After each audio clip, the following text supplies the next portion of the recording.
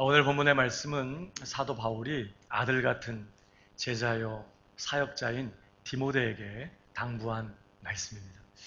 오늘 11절 보실까요? 오직 너 하나님의 사람아 하면서 이것들을 피하고 의와 경건과 믿음과 사랑과 인내와 온유를 따르며 믿음의 선한 싸움을 싸우라. 몇 가지 중요한 당부의 말씀을 하면서 하는 말이 영생을 취하라. 이를 위하여 네가 부르심을 받았고 많은 증인 앞에서 선한 증언을 하였도다. 여기 이를 위하여는 앞에 있는 여러 권면들을 다 말하는 게 아니라 바로 그거예요. 영생을 취하라는 바로 요 말씀을 의미합니다. 바로 이 영생을 취하는 이것을 위하여 네가 부르심을 받았고 많은 증인 앞에서 선한 증언을 하였다. 그러니까 지금 이 11절, 12절의 가장 중요한 요절이 바로 여기에요.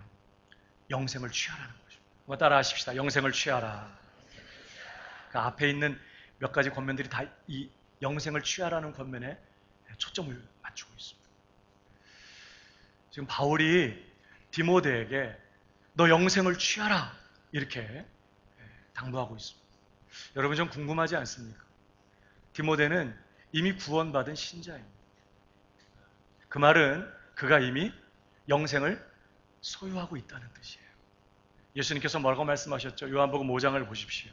24절에 내가 진실로 너희에게 이르노니 내 말을 듣고 또 나 보내신 이를 믿는 자는 영생을 얻겠고요. 얻었고입니다. 심판에 이르지 아니하나니 사망에서 생명으로 옮겼느니라. 지금 예수 믿고 있는 사람은 이미 영생을 소유하고 있다고 주님이 말씀하고 계세요. 아멘이십니까? 여러분 지금 그러니까 디모데는 이미 영생을 소유하고 있는, 구원받아서 예수를 믿는 믿음으로 구원받아서 이미 영생을 갖고 있는, 사망에서 생명으로 옮겨져 있는 그러한 구원받은 신자인 거죠. 그런데 바울은 그런 디모데에게 오늘 뭐라고 권면하고 있어요? 너 영생을 취하라. 이렇게 지금 말씀하고 있다는 거죠. 뭘 의미할까요? 우선 여기 취하라는 이 단어가요. 에필람바노마이라는 단어예요. 뜻은 폭력적으로 붙잡는다. 혹은 자기의 소유로 만들기 위하여 꽉 붙잡는다. 이런 뜻이에요. 폭력적으로 붙잡는다. 먹잇감을 뒤쫓던 맹수가 드디어 먹잇감을 덮쳤습니다. 어떻게 잡을까? 어떻게 잡죠? 그냥 이제 너 내 밥이다. 그냥 확 움켜 잡는 것이죠. 폭력적으로 붙잡는다. 에필람바노마이가 그런 뉘앙스를 갖고 있는 거예요. 내 것으로 삼기 위해서 다 붙드는. 지금 바울은 디모데에게 너 영생을 그렇게 에필람바노마이 하라는 거예요. 폭력적으로 붙잡으라는 것이죠. 너의 소유로 삼기 위해서, 너의 것으로 만들기 위해서 확 붙잡으라. 이렇게 지금 권면하고 있는 것이죠. 뭘 말할까요? 이런 말씀 속에서 우리가 뭘 배우게 되죠? 예수를 믿는 믿음으로 구원받아서 내가 지금 영생을 소유하고 있는 거 하고 그 영생을 지금 내가 맛보고 누리고 경험하고 체험하고 즐기는 것은 다른 문제라는 거예요. 어마어마한 한도액을 가진 카드를 지갑에 넣어서 늘 가지고 다니는 거하고 그 카드를 꺼내서 결제를 하고 물 쓰듯이 쓰는 거는 다른 문제라 이 말이에요. 써야 내 거야. 옆 사람에게 얘기해 주세요. 써야 진짜 내 거예요. 내 거는 내 거지. 이 호주머니 지갑 속에 있어도 내 건 내 거예요. 그러나 있을 때 이제 비로소 진짜 내 거가 되는 거 아니겠어요? 그죠? 지금 오늘 바울은 디모데에게 너 예수 믿어 영생을 얻으라고 말하는 게 아닙니다. 이미 예수 믿어 얻은 그 영생, 너의 것이 된 그 영생을 확 붙잡으라는. 다시 말하면 어떻게? 누리고, 맛보고, 경험하고, 체험하라고 그렇게 지금 당부하고 있는 거예요. 마치 목과 같을까요? 구약 이스라엘 백성들이 가나안 땅 들어갈 때에 그들은 가나안 땅 들어가기도 전에 이미 가나안 땅을 기업의 땅으로 분배를 받습니다. 지파마다 각 지파가요. 어디부터 어디까지는 누구네 땅, 어디부터 어디까지는 어느 지파의 땅, 다 분배를 다 받아요. 그러니까 이미 가나안 땅은 이미 내 땅이 된 겁니다. 그렇죠? 하나님이 그렇게 다 주셨어요. 이 내 땅에. 그러나 여러분, 하나님께서 기업의 땅을 내 땅으로 주신 거하고 이제 그 땅에 들어가서 그 땅을 정복하고 그 땅을 차지하고 그 땅을 내 땅으로 만들어서 거기다가 씨를 뿌리고 거기서 자녀를 낳고 거기서 먹고 사는 문제는 다른 문제라 이 말이에요. 하나님은 이스라엘 백성들이 그저 땅 문서 들고 자랑하면서 아이고 가나안 땅이 우리 내 땅이에요. 가나안 땅 몇 번째 어디부터 어디까지는 그거 우리 땅이에요.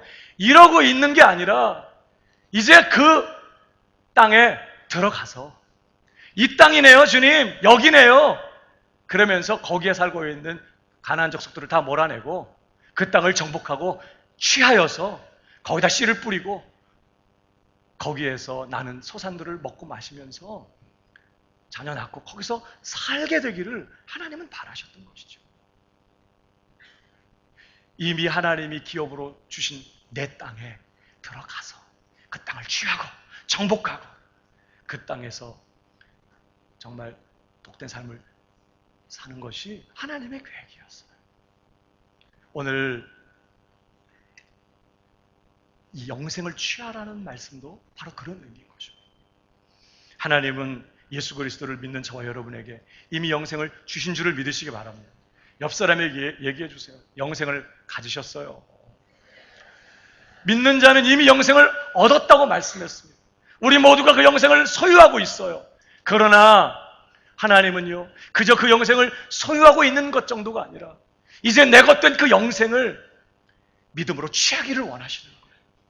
에필람바노마, 그것을 폭력적으로 붙잡고 너의 밥이다 너는, 그러면서 그것을 맛보고 누리고 경험하고 체험하고 그 영생을 오늘 즐기면서 오늘 이 땅에서 영생의 삶을 살기를 하나님은 바라시는 거예요. 그리고 사랑하는 여러분, 그것이 진정으로 사는 것입니다. 우리가 이전에 구원받기 전에 영생, 영원한 생명을 얻기 전에요, 우리는 허물과제로 죽어 있었다고 했어요. 몸뚱아리는 살아있지만 영적으로는 죽어 있는 시체예요. 하나님께 반응할 수도 없고 하나님의 뜻대로 살 수도 없고 하나님의 창조의 목적을 이룰 수도 없는 죽은 시체들일 뿐이었어요. 우린 그저 존재하고 있었다고요. 그런 우리가 이제 예수 그리스도를 믿는 믿음으로 우리 그리스도 주님과 연합하게 되고 하나님의 말할 수 없는 은혜로 그 어마어마한 영생을 은혜로 이제 얻게 된 거예요. 이제 비로소 살 수 있게 됐다. 사랑하는 여러분, 존재하는 신자가 아니라 진정으로 사는 그런 신자가 되시기를 주님의 이름으로 축복합니다.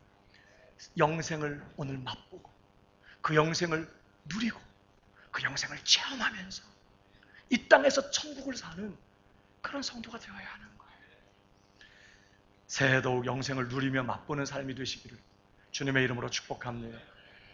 특별히 여러분, 영생이 뭐죠? 뭐가 영생의 본질이죠? 물론 안 죽고 영원히 사는 것도 있어요. 그러나 지옥 가서도 영원히 살아요.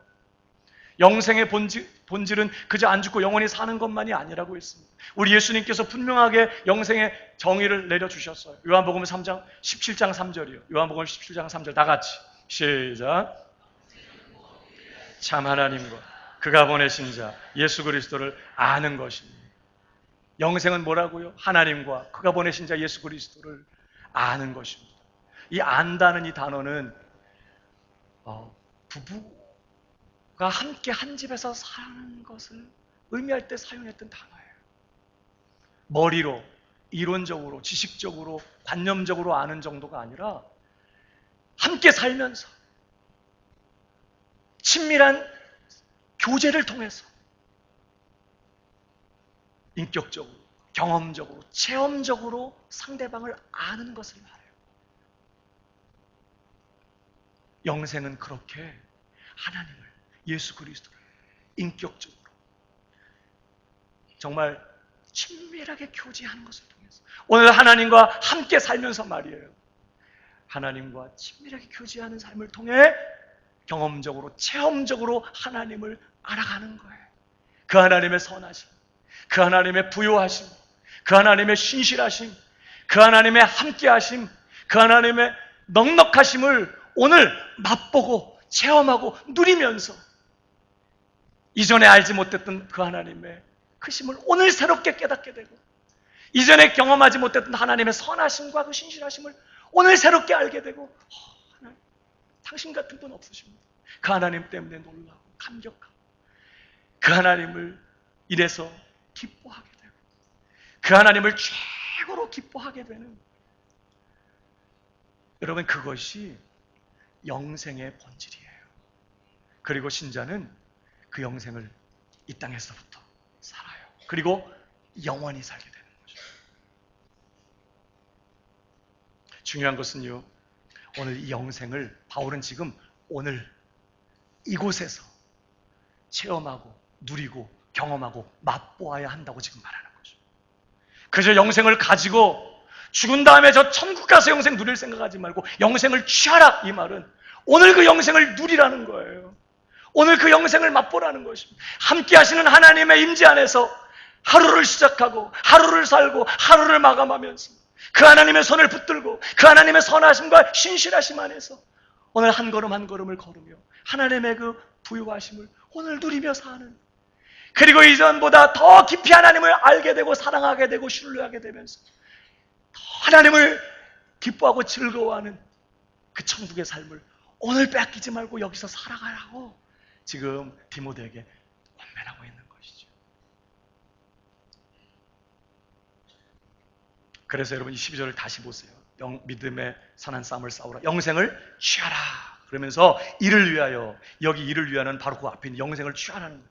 영생을 취하는 이것을 위해서, 단순히 그저 영생을 소유하고만 있는 것이 아니라 영생을 맛보고 누리며 경험하는 바로 이것을 위하여 네가 부르심을 받았고, 우리가 구원받은 목적이 뭐라고요? 이 땅에서 그 영생을 누리도록 하게 하기 위하여 우리가 구원받았다는 거예요. 네가 부르심을 받았고 또 많은 증인 앞에서 선한 증언을 하였도다. 이건 공적으로 신앙 고백을 하는 것을 말합니다. 세례를 받을 때 많은 증인들 앞에서 신앙을 고백하죠. 때로는 생명의 위협을 무릅쓰고 신앙을 고백해야 했어요. 왜 그렇게 신앙을 고백하고 예수를 믿는 믿음으로 구원을 받느냐? 바로 이것 때문에 영생을 취하고 오늘 그래서 그 영생을 맛보고 이 땅에서 그 영생을 누리는 그런 삶을 살게 하기 위하여 네가 구원을 받았고 예수 믿게 된 거다. 지금 그렇게 바울이 말씀하고 있는 것이죠. 그러니까 하나님께서 우리에게 영생을 주실 때 예수 그리스도의 그 값진 부속을 통하여 값없이 은혜로 우리에게 영생을 선물로 주실 때는요, 그저 그 영생 이 땅에서 가지고 있다가 죽은 다음에 저 천국 가서 누리라고 주신 게 아니었어요. 잘 잊어버리지 말고 간직하고 있다가 죽은 다음에 누릴 어떤 것이 아니라 지금 이곳에서 맛보고 경험하고 누려야 될 복으로 하나님께서 저 여러분에게 영생을 주신 줄 믿으시기 바랍니다. 하나님이 세상을 이처럼 사랑하사, 하나님이 저와 여러분을 이처럼 사랑하사 독생자를 주셨으니, 이는 왜냐하면 저를 믿는 자마다 멸망치 않고 뭐 하기 위해서? 영생을 얻게 하기 위하여. 그렇게 정말 간절한 마음으로 당신의 하나밖에 없는 독생자를 희생시키면서 우리에게 영생을 주신 것은요, 이 땅에서 천국을 살라는 거예요. 이곳에서 영생을 맛보며 누리라는 것입니다. 영생을 취하라. 오늘 이것이 지금 바울이 디모데에게 권면하는 말씀입니다. 이 말씀을 통해서 오늘 주님은 우리 모두에게도 동일한 도전을 하고 계시는 것이죠. 너 하나님의 사람아, 영생을 취하라. 옆 사람에게 한 번 더 격려해 주시기 바랍니다. 영생을 취하십시오. 어떠세요? 저와 여러분은 오늘 여기 이곳에서, 오늘 내가 사는 삶의 현장 속에서, 이 땅에서 영생을 맛보며 누리고 계신가요?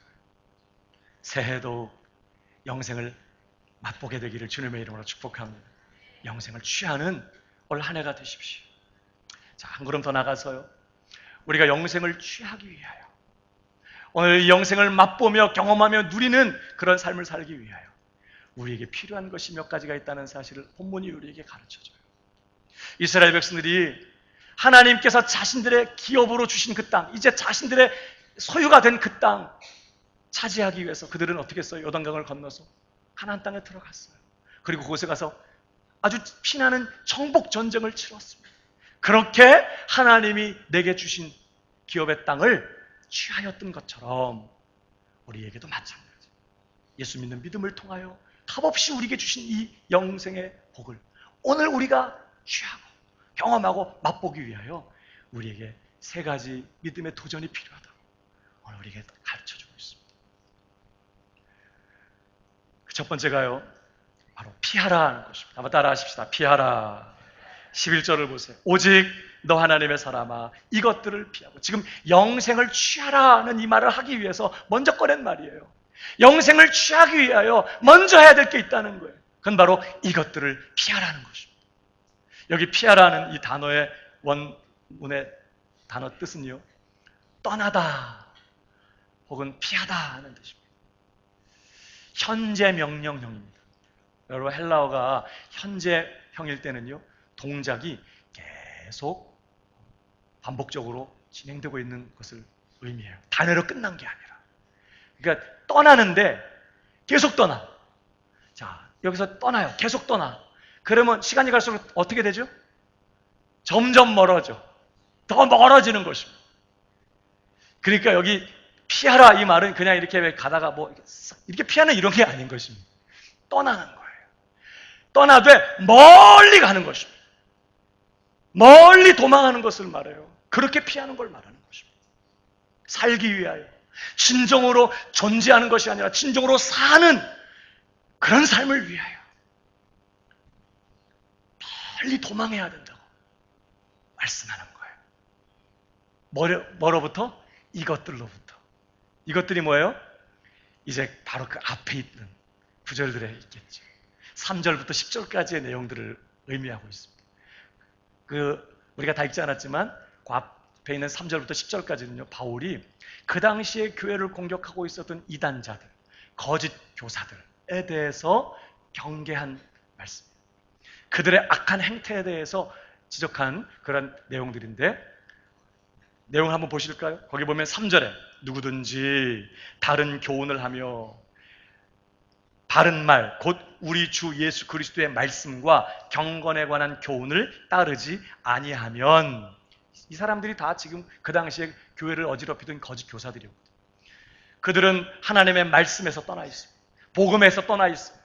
경건에 관한 성경적인 교훈에서 떠나 있는 사람들, 인본주의 사상을 가르치고 이단 사설을 가르치던 그런 사람들이었어요. 그런 사람들에 대해서 말하면서, 자, 4절, 그는 교만하여 아무것도 알지 못하고 변론과 언쟁을 좋아하는 자인 자. 첫 번째, 그들은 교만해요. 두 번째는 변론과 언쟁을 좋아해요. 세 번째는요, 투기는 시기와 질투의 감정. 다른 사람이 잘 되는 것을 견디지 못하는, 투기하는 것입니다. 분쟁, 부러워하는 것이죠. 어떻게든지 화목하고 하나 되는 게 아니라 이간하고 혹은 부러워하고, 좀 걸면 싸우고, 부러워하는, 이 사람들이 그런 사람들이었다는 거예요. 그 다음 뭐예요? 비방, 악한 생각. 지금 이것들이 다 바로 그러한 그 당시에 교회를 공격하고 있던 이단자들, 거짓 교사들의 삶의 모습이었어요. 교만, 변론과 언쟁, 투기와 분쟁과 비방과 악한 생각. 이 나며, 5절, 마음이 부패해지고 진리를 잃어버려 경건을 이익의 방도로 생각하는 자들의 다툼이 일어나느니라. 이들은 또 뭐해요? 다퉈요. 뿐만 아니라 6절, 그러나 자족하는 마음이 있으면 경건은 큰 이익이 되느니라. 우리가 세상에 아무것도 가지고 온 것이 없음에 또한 아무것도 가지고 가지 못하리니 우리가 먹을 것과 입을 것이 있은즉 족한 줄로 알 것이니라. 자족해야 된다는 것이죠. 하나님이 허락하신 것에 만족해야 된다는 거예요. 그러면서 하는 말이 9절에 부하려 하는 자들은, 그러니까 이들은 어떤 자들이요? 자족하는 사람들이 아닌 것이죠. 부하려 하는 자들은 시험과 올무와 여러 가지 어리석고 해로운 욕심에 떨어지나니. 여기 여러 가지 어리석고 해로운 욕심. 전문 용어로 뭘까요? 우리가 잘 아는 단어? 두자, 탐심. 그들은 자족하지 않습니다. 하나님께서 허락하신 것에 만족하지 않아요. 그들은 계속해서 탐심을 바라고 해로운 욕심을 가지고 부하려고 한다고 말합니다. 계속해서 세상적인 것들을 추구하는 것이죠. 욕심에 떨어지나니 곧 사람으로 파멸과 멸망에 빠지게 하는 것이라. 그러면서 10절에 이러한 탐심의 핵심이 뭐냐? 돈을 사랑함이 일만하게 뿌리가 되나니 이것을 탐내는 자들은 미혹을 받아 믿음에서 떠나 많은 근심으로써 자기를 찔렀다. 그러니까 지금 그 당시에 교회를 공격하고 있었던 이단자들, 거짓 교사들의 여러 가지 삶의 부정적인 모습들을 지금 지적하고 있는 내용 중에 아까 3절 이하의 4절에 뭐라고 되어 있어요? 교만, 변론과 언쟁, 투기, 분쟁, 비방, 악한 생각, 5절에 다툼, 9절에 여러 가지 탐심, 무엇보다 돈에 대한 애착, 돈을 사랑하는 마음, 이런 것들이요. 이런 것들을 쭉 열거하면서 그 다음 나온 게 오늘 우리가 읽은 본문이에요. 11절.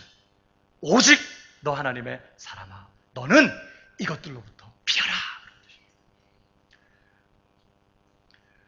이것들로부터 멀리 도망하라는 거예요.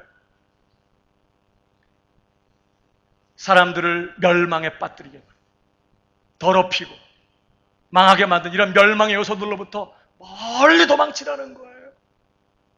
여러분, 2001년도에 미국에서 9.11 테러가 일어났습니다. 그때 세계 무역센터 쌍둥이 빌딩 110층짜리 고층 빌딩 여객기가 자살 테러를 해버렸어요. 여객기를 몰고 자살 테러를 했어요. 그래서 빌딩에 불이 붙고 결국은 그 빌딩이 무너져 내렸습니다. 여러분, 그 빌딩 안에 있는 사람들도 정말 많이 죽었지만 그 빌딩 주변에 있던 사람들이 살기 위해서 할 수 있는 일은 단 하나밖에 없었어요. 뭐였죠? 결사적으로 거기서부터 멀리 도망하는 것이었어요. 멀리 도망하는. 살기 위해서는 방법이 없었습니다. 할 수 있는 한 멀리 그곳으로부터 도망해야 했어요. 그때 막 빌딩이 무너져 내리고 뭐 흙먼지가 거대하게 일어나고 정말 사람들이 정신없이 도망하고 있을 때 소방관들이 사람들 틈바구니를 파고 빌딩 쪽을 향해서 달려가면서 외쳤어요. 뭐라고 외쳤을까요? 빨리 도망하십시오. 멀리 도망치십시오. 한국말로 하면 이렇게 길어. 영어는 한마디야. Run! 그 영어가 참 좋은 것 같아요. 막 뛰면서 그 사람들을 향해서 외치는 거예요. Run! 지금 바울이 그런 심정 가지고 디모데에게 권면하고 있는 거죠. 너는 이것들로부터 멀리 도망해야 된다. 멀리 도망하라. 이것들을 피하라. 지금 그렇게 말씀하고 있는 것이죠. 우리가 영생을 얻기 위해서 하나님이 선물로 주신 이 영생을 오늘 맛보면서 그 영생을 누리는 삶을 살기 원한다면 이러한 교만과 변론과 언쟁, 분쟁, 비방과 악한 생각, 다툼, 여러 가지 어리석고 해로운 욕심, 무엇보다 돈을 사랑하는 이러한 마음, 이런 것들로부터 빨리 도망쳐야 된다. 바울이 지금 도전하고 있는 것이에요. 여러분, 근데 문제가 뭐죠? 만약에 여기에 폭탄이 있다. 그러면 저는 알바니로 도망가겠습니다. 하바브리지를 건너서 남쪽으로 가겠어요. 가급적 멀리 갈 것 같아요. 이 곧 폭발한다고 하면. 근데 여러분, 지금 피하라고 말하는 이러한 멸망의 요소들이요, 다 어디 있는 것들이죠? 교만, 변론과 언쟁, 투기, 분쟁, 비방, 악한 생각, 다툼, 탐심, 돈을 사랑하는 마음, 다 어디 있어요? 목사인 제 마음 안에도 있어요. 이게 우리 안에 있다고요. 이게 문제인 거예요. 이게 뭐 바깥에 있는 거면 그냥 멀리 가버리면 되지 뭐. 근데 문제는 이게 우리 안에 있어요. 여건과 환경과 상황만 되면 고개를 쳐들고 일어나요. 그러니 이것으로부터 멀리 피할 수 있는 방법이 뭐예요? 자, 알바니로 갔어. 거기도 따라와. 하버브리지를 건너 시티로 가요. 거기도 있어. 왜? 내 안에 있는 것이니까. 이건 자연스러운 육신적인 본성이에요. 주님 오실 때 우리가 영화롭게 변화될 때까지는 내 안에 살아남아 있는 죄된 본성들이라고요. 여기서부터 멀리 피하는 방법이 뭐죠? 그렇다고 병원에 가서 그러면 선생님 한번 검사해 보시고 교만이 가득 찬 장기들이 뭐가 있는지 한번 잘라내 주십시오. 그럴까요? 어떻게 하면 되죠? 힌트가 3절에 있습니다. 다시 3절을 보실까요? 거기 보면 누구든지 다른 교훈을 하며 바른 말, 곧 우리 주 예수 그리스도의 말씀과 경건에 관한 교훈을 따르지 아니하면 그는 교만하여. 이렇게 이어져. 그러니까 이러한 멸망의 요소들에 사로잡히게 되는 근본적인 이유가 뭐라는 거예요? 다른 교훈을 하면서 바른 말, 곧 우리 주 예수 그리스도의 말씀과 경건의 교훈을 따르지 않을 때 이러한 일들이 일어난다는 거예요. 하나님의 말씀을 따르지 않을 때, 복음의 말씀, 진리의 말씀을 따르지 않을 때 이러한 육신적인 죄된 본성들이 일어나서 우리의 삶을 무너뜨리고 망하게 할 수밖에 없다고 말하는 거죠. 그러니까 이것들로부터 멀리 피할 수 있는 방법은 뭘까요? 바른 말, 곧 우리 주 예수 그리스도의 말씀과 경건에 관한 교훈, 다시 말하면 복음의 말씀, 더 넓게 말하면 하나님의 말씀을 따르는 것입니다. 여기 따르지 않는다 이거 했는데 따른다고 하는 이 헬라어 단어가요, 프로세르케타이라는 거예요. 직역하면 접근한다. 따른다라고 번역했는데 원 단어의 의미는 접근한다, 가까이 한다, 그런 뜻입니다. 우리가 하나님의 말씀을 가까이 하지 않으면, 복음의 말씀, 진리의 말씀을 가까이 하지 않으면 우리는 끊임없이 우리 안에서 일어나는 이런 죄된 본성들, 이런 교만, 탐심, 이러한 것들에 굴복하고 무너질 수밖에 없다고 지금 말하는 거죠. 방법은 하나밖에 없어요. 하나님의 말씀에 몰두하는 것입니다. 하나님의 말씀을 프로세르케타이, 가까이 하는 거예요. 접근하는 것입니다. 날마다 하나님의 말씀에게로 더 가까이 나가는 것이죠. 그렇게 할 때 우리는 진정으로 우리 안에서 일어나는 이런 멸망의 요소들에 휘둘리지 아니하고 넉넉히 이런 죄된 요소들을 죽이고 영생을 취한 승리의 삶을 살아갈 수 있다고 말씀하고 있는 거예요. 여러분, 그래서 예수님 뭐라고 말씀했죠? 사람이 떡으로만 사는 것이 아니라 하나님의 입에서 나오는 모든 말씀으로 산다. 여기 산다고 하는 것은요, 단순히 생명을 유지하고 그저 육신적으로 사는 걸 말하는 것 정도가 아닌 것입니다. 이건 삶의 질적인 내용을 이야기하는 거예요. 존재하는 것이 아니라, 그저 생존하는 삶이 아니라 하나님이 우리에게 주시기 원하시는 진정한 삶을 사는 방법은 떡으로 되는 게 아니라는 것입니다. 그 삶을 살아내려면 내 삶에 주어진 이 영원한 생명을 오늘 누리며 맛보면서 진정으로 사는 것이 가능할 수 있으려면 하나님의 입에서 나오는 말씀을 붙잡아야 된다는 거예요. 그 말씀에 몰두하고 그 말씀에 집중하고 그 말씀에 더 전념하면서 말씀을 가까이 하는 일이 필요하다고. 그래서 디모데 후서에서 바울이 뭐라고 권면합니까? 3장 16절. 모든 성경은 하나님의 감동으로 된 것으로 교훈과 책망과 바르게 함과 의로 교육하기에 유익하니 이는 하나님의 사람으로 온전하게 하며 모든 선한 일을 행할 능력을 갖추게 하려 함이라. 그러니까 여러분, 방법이 없어요. 내 안에서 일어나는 죄들을 이겨내고 우리가 이러한 멸망 요소들로부터 멀리 도망할 수 있는, 정말 그것과 상관없이 넉넉한 승리의 삶을 살 수 있는 첫 번째 도전은 뭐냐? 하나님의 말씀을 가까이 하는 것이죠. 말씀의 은혜 안에 늘 머무는 것이, 헐떡거리는 마음을 가지고 줄이고 목마른 심령을 가지고 말씀을 향하여 달려가는 이러한 은혜가 우리에게 필요하다는 거예요. 사랑하는 여러분, 새해도 말씀을 가까이 하시게 되기를 주님의 이름으로 축복합니다. 말씀을 붙잡아야 돼. 피하라. 이게 말씀을 가까이 하는 것이 이 피하는 이 멸망 요소들로부터 우리가 멀리 피할 수 있는 방법이라는 걸 기억하고 잘 피하실 수 있기를 주님의 이름으로 축복합니다. 두 번째, 우리가 영생을 취하기 위하여 해야 될 두 번째 도전이 무엇입니까? 따르라 하는 것입니다. 따라하십시다. 따르라. 11절에 오직 너 하나님의 사람 이것들을 피하고 그 다음 나오는 게 뭐예요? 의와 경건과 믿음과 사랑과 인내와 온유를 따르며 그랬습니다. 이 따르며라는 이 단어는요, 아까 3절에 있었던 프로세르케타이와는 다른 단어. 똑같이 따르며라고 번역했는데 여기에 따르며는요, 아까 그 따르며가 아니라 다른 단어입니다. 디오코라는 단어예요. 이 디오코라는 단어는 추구한다 이런 뜻이에요. 어떤 뉘앙스냐면 사냥개가 사냥감을 보고 어떻게 그냥 이렇게 쳐다보죠? 어떻게 해요? 맹렬하게 추격합니다. 잡을 때까지 쫓아가는 것이죠. 디오코가 그런 뉘앙스를 가진 단어예요.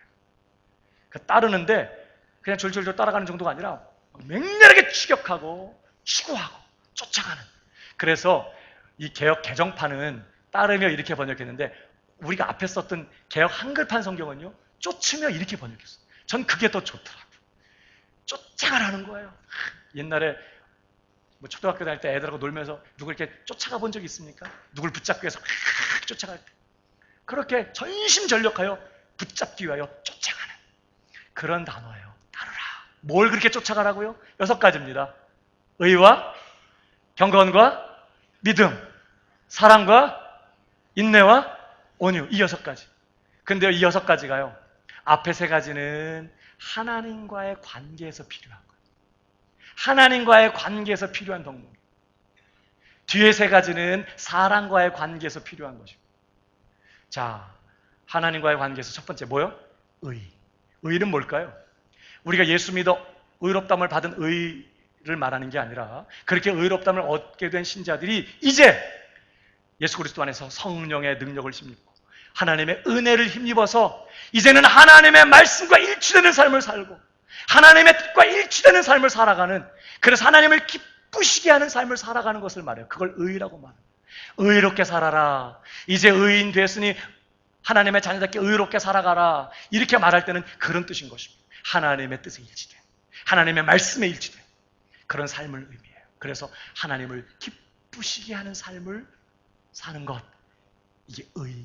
여러분, 우리가 영생을 맛보고 이 땅에서 하나님과 교제하며 하나님과 친밀하게 교통하면서 그분의 선하심을 맛보고 그분과 친밀하게 교제하면서 하나님의 그 부유하심과 넉넉하심을 체험하면서 하나님을 깊이 알아가는, 이 땅에서 천국을 사는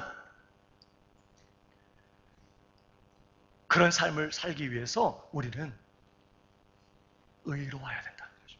의롭게 살아가야 된다는 거예요. 하나님의 말씀에 일치된다. 두 번째, 뭘 추구해야 돼요? 경건. 이 경건은요, 하나님을 공경하는 마음, 하나님을 경외하는 마음으로 하나님과 교제하는 거죠. 많은 분들이 기도할 때, 예배 드릴 때 하나님을 공경하는 마음이 없습니다. 하나님을 경외하는 마음이 없어요. 그러니까 하나님과 교제할 때 하나님을 공경하고 하나님을 깊이 존중히 여기는 마음을 가지고 하나님께 접근하는 거예요. 그렇게 하나님을 공경하는 마음으로 하나님과 교제하면서 하나님을 닮아가는 것을 말합니다.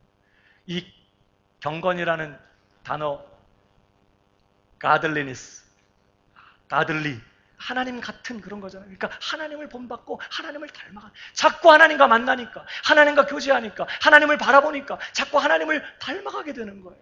그걸 경건하다고 말합니다. 옛날에 경건하다 그러면 막 성경책 옆에도 딱 끼고 아하 하면서 막 그런 거라고 생각하지만 그런 거 상관없어요. 경건은요, 하나님 공경하는 마음으로 늘 하나님과 친밀하게 교제하면서 하나님을 닮아가는 거예요. 우리가 끼얹고 해야 될 게 뭐냐? 바로 이 경건한 삶이라는 거예요. 하나님과 교제하면서 하나님 공경하는 마음으로 하나님과 교제하면서 하나님을 닮아가요. 경건을 쫓아가야 된다는. 세 번째는 믿음. 여기 믿음은 뭘까요? 단순히 예수 믿는 믿음을 넘어서서 이 믿음은 우리가 하나님을 믿고 하나님과 그분의 말씀을 전적으로 신뢰하는 믿음을 말해요.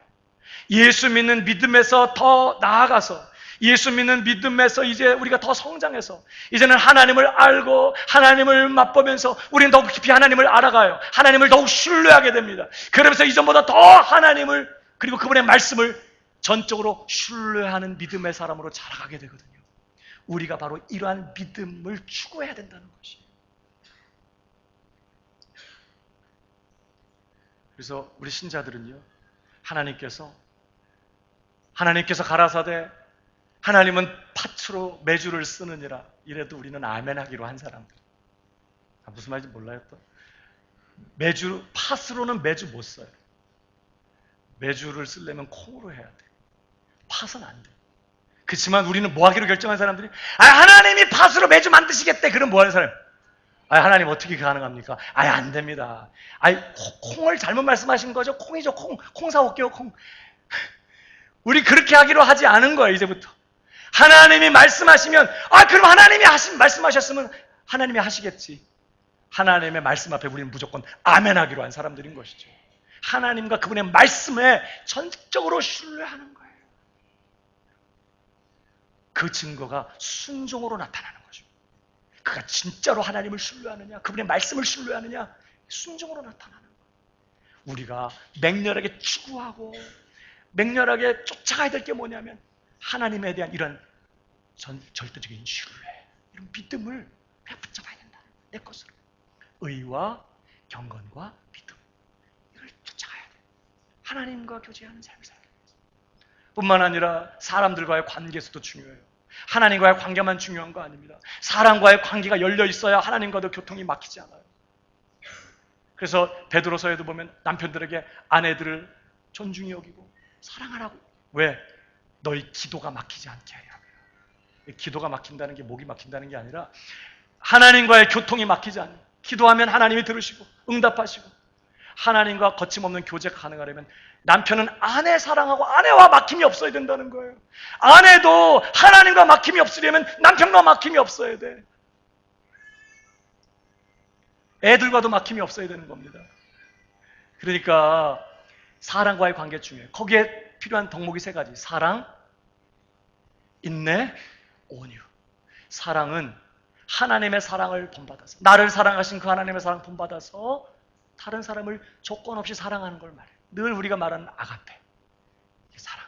우리 늘 그렇게 주변의 사람들에게 바보처럼 오직 사랑만 하는 거예요. 계산하지 말고 따지지 말고 그냥 사랑하는 것이죠. 조건 없이. 인내. 이 인내라는 단어는요, 2 단어가 합성된 단어예요. 휘포모넨이라는 단어거든요. 이 단어가. 휘포는 뭐뭐 아래 있다, 뭐뭐 아래 이런 뜻이고, 모넨은 메노라는 단어인데 에서 나왔는데 이거는 거한다, 뭐뭐 아래 거한다 이런 뜻이에요. 근데 이 인내가요, 사람과의 관계 안에서 인내니까 뭘까요? 나를 고통스럽게 하고 나를 부담스럽게 하고 나를 힘드는 사람과의 관계 속에 머무는 것입니다. 하나님의 선하신 뜻, 하나님의 선하심을 신뢰하면서 이 사람을 만나게 하시고 이 사람과 가정을 이루고 교회 안에서 목장을 이루고 이 사람과 한 지체를 이루게 하신 하나님의 선하신 뜻을 신뢰하면서 도망하지 아니하고 그 힘겨운 상황 속에 그냥 그 상황 아래 머무는 것입니다. 힘겨운 환경 아래 머무는 거예요. 거기서 도망하지 않고. 그게 인내라는 거예요. 너희가 여러 가지 시험을 만나거든 기쁘게 여기라. 이는 너희 믿음의 시련이 인내를 만들어내는 줄 압니다. 인내를 온전히 이루라. 인내를 온전히 이루라는 게 뭐예요? 휘포모넨 하는 것입니다. 견디는 것이. 하나님을 신뢰하는 믿음 가지고 참고 끝까지 견디면서 끝까지 사랑하고 용서하고 선을 베풀고 친절을 베풀고 그 인내예요. 우리 안에 그게 필요하다는 거예요. 사랑과의 관계 속에서. 마지막 3번째가 뭐였어요? 사랑과의 관계 속에서 온유. 원래 온유는 하나님 앞에서의 온유가 있어요. 하나님 앞에서 온유는 뭐냐? 하나님 앞에 강팍한 내 마음을 꺾는 것입니다. 하나님 앞에서 내 마음을 굴복시키는 거예요.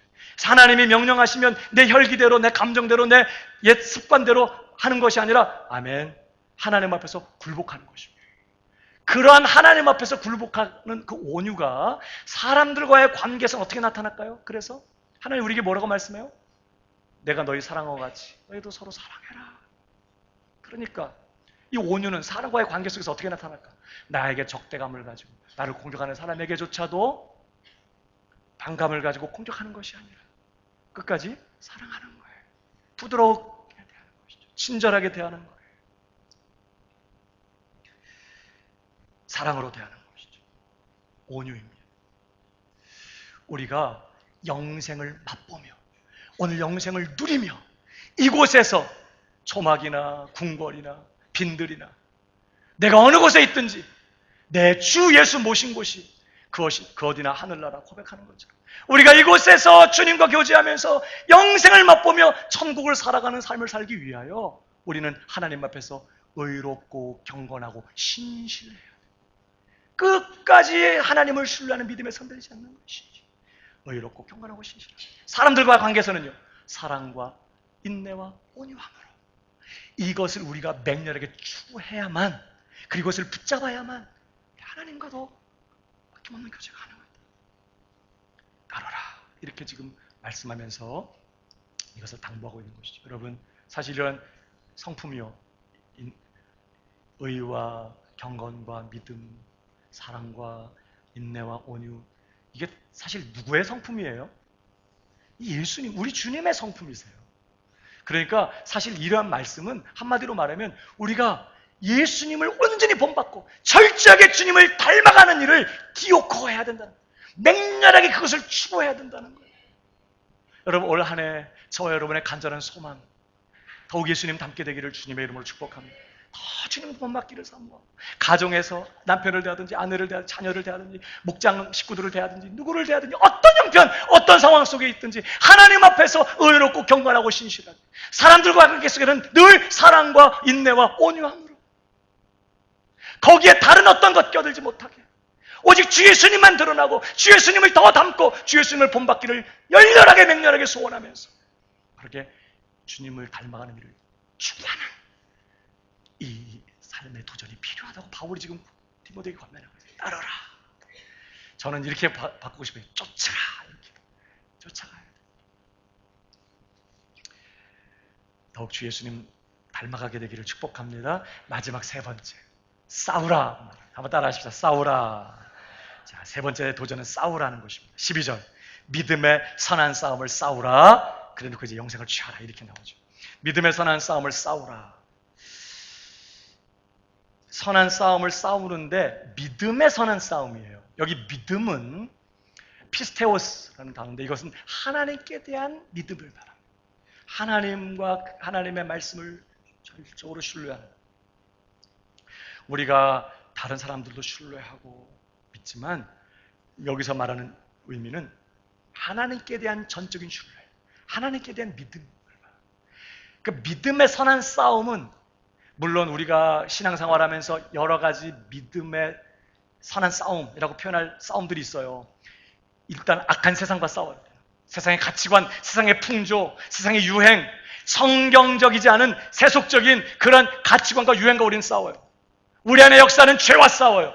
외부에서 우리 공격하는 여러 가지 시험과 유혹과 싸우고 그 배후에 있는 원수 마귀와 싸워요. 우리는 끊임없이 믿음의 선한 싸움을 싸웁니다. 그런데 여기서 믿음의 선한 싸움이라고 할 때는 1차적으로 이런 여러 가지 싸움들을 다 포함하기도 하지만 가장 첫 번째 나오는 의미는 믿음의 선한 싸움이니까. 이 싸움은 1차적으로 어떤 싸움일까? 하나님께 대한 나의 믿음을 지켜내는 싸움이라는 거예요.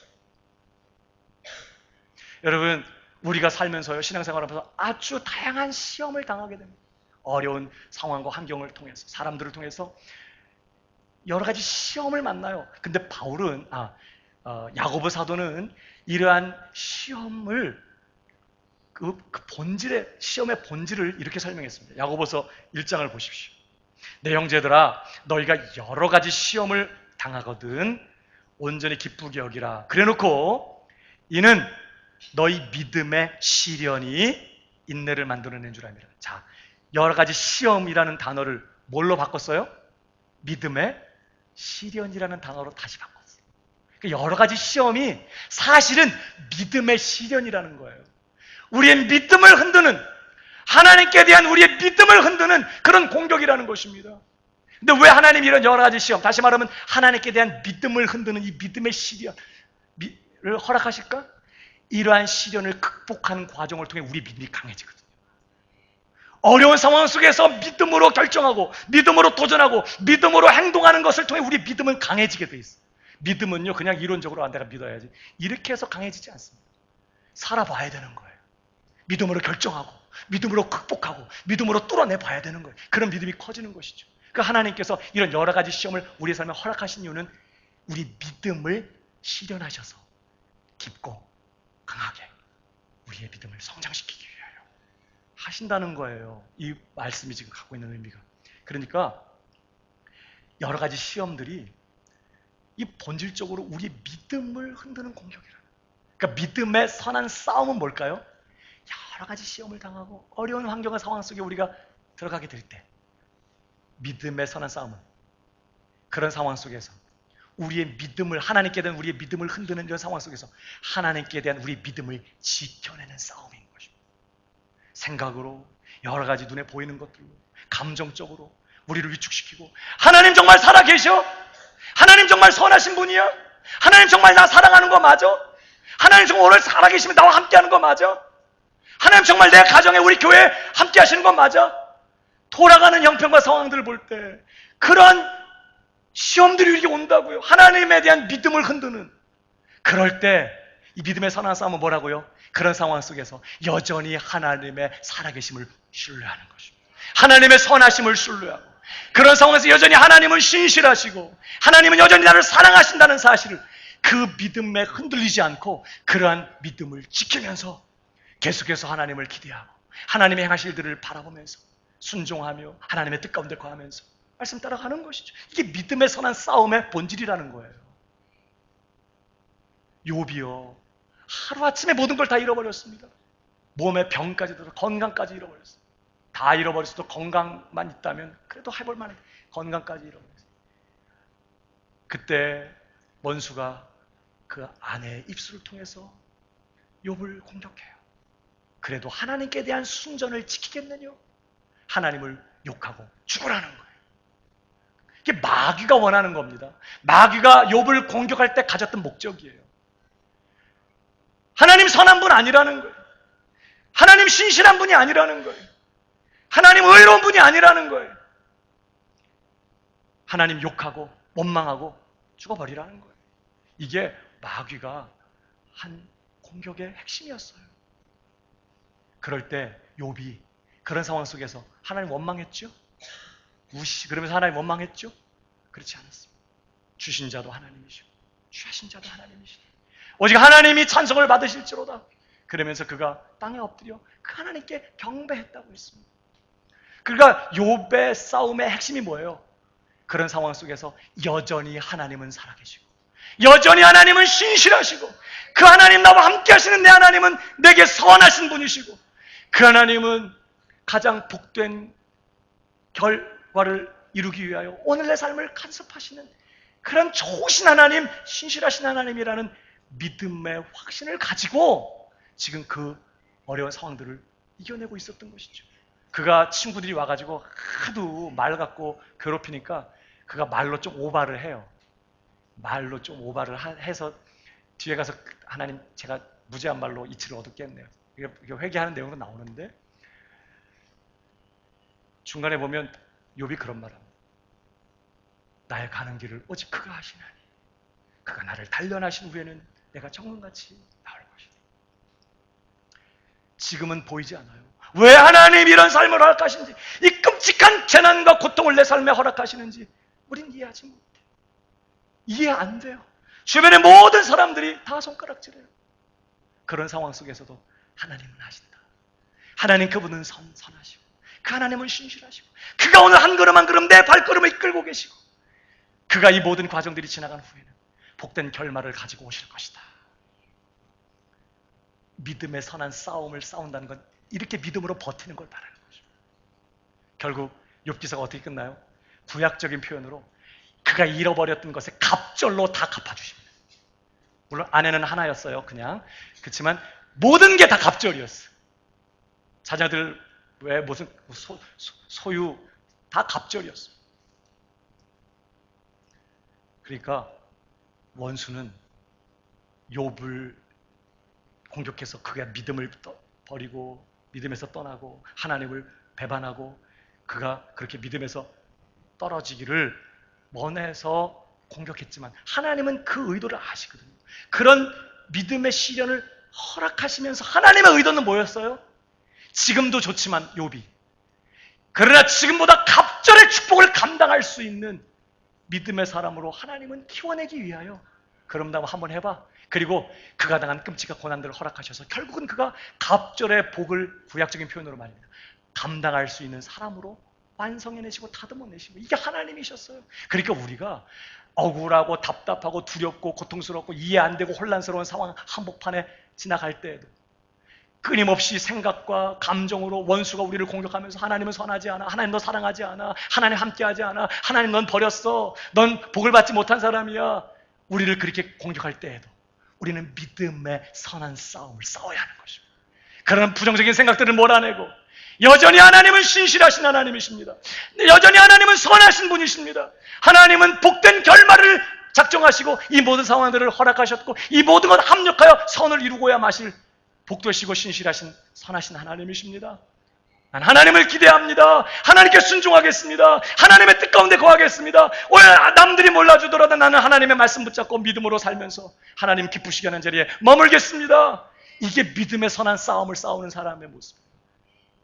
이 싸움을 포기하지 않게 되기를 주님의 이름으로 축복합니다. 어떤 환경 속에서 우리가 하나님과 친밀하게 교제하길 원한다면 어떤 환경 속에서도요 하나님의 살아계심을 확신해야 합니다. 하나님의 선하심, 하나님의 신실하심을 확신하는 믿음에 굳게 서서 이 믿음을 흔드는 원수의 공격을 담대하게 맞서 싸우면서 그래도 나는 하나님을 신뢰하는 거예요. 이 싸움이 있어야 우리가 영생을 취하고 영생을 맛보고 영생을 누리는 이 복된 삶을 누릴 수 있다고 바울은 도전하고 있는 것이죠. 사랑하는 여러분, 오늘 이제 우리 예배 마치고 식사하고 나면 공동의회가 있게 될 것입니다.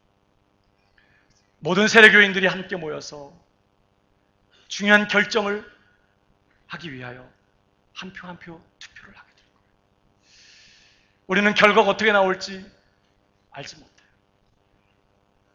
여러분, 어떤 결과가 나오든지 우리는 하나님을 신뢰해야 돼요. 그 하나님은 여전히 우리를 사랑하고 계시고 여전히 우리와 함께하고 계시고 혹 내가 기대하고 바라던 대로 결과가 나오지 않는다고 해도 하나님은 여전히 우리를 놓지 않고 계시고 이 모든 상황들을 허락하시면서 이것을 통하여 합력하여 선을 이루시면서 결국은 우리를 영화롭게 하려 하신 그 복되신 작정하심을 이루어내고야 마실 것이라는 사실을 확신하면서 감사를 놓지 않고 기쁨을 놓지 않고 하나님을 기대하면서 계속해서 하나님의 뜻 가운데 거하며 계속해서 사랑하고 용서하고 친절을 베풀고 선을 행하면서 믿음의 길을 걸어가는 정말 믿음의 선한 싸움을 잘 싸우는 그런 성도들 되어야 될 줄로 믿습니다. 옆 사람에게 축복하십시다. 영생을 취하십시오. 여러분, 영생을 죽은 후에 천국 가서 누리겠다고 하지 마요. 영생은 지금 이곳에도 누려야 될 어떤 것이에요. 하나님은 그 아들을 통해서 그 아들의 십자가 구속을 통하여 이 값진 선물을 오늘 누리라고 우리에게 주신 거예요. 오늘 주님의 음성을 들으며 하나님의 영광을 보고 그분의 선하심을 맛보면서 이곳에서 천국을 살면서 세상 것에 매료된 마음이 아니라 이제는 하나님께 내 마음을 송두리째 빼앗기고 그 하나님 한 분이면 충분하고 주 예수님 한 분이면 충분한 그런 삶을 오늘 이곳에서 살면서 이 땅에서 천국을 사는 그런 성도가 되게 하기 위하여 영생을 주셨으니 결코 그 영생을 빼앗기지 않겠다고 잃어버리지는 않을 것입니다. 그러나 그 영생을 빼앗기지 않고 누리겠다고 오늘 결정하고 우리 마음에 세 가지 도전을 꼭 기억했으면 좋겠어요. 첫 번째 뭐예요? 피하라. 두 번째는 따르라. 세 번째는 싸우라. 금방 한 건데 잘 몰라요? 다시. 첫 번째가 뭐예요? 피하라. 두 번째는 따르라. 쫓아가는 거죠. 세 번째는 싸우라. 이 세 가지 도전을 가지고 올 한 해 더 풍성하게 영생을 누리고 맛보는 우리 광명의 성도들이 다 되기를 주님의 이름으로 축복합니다.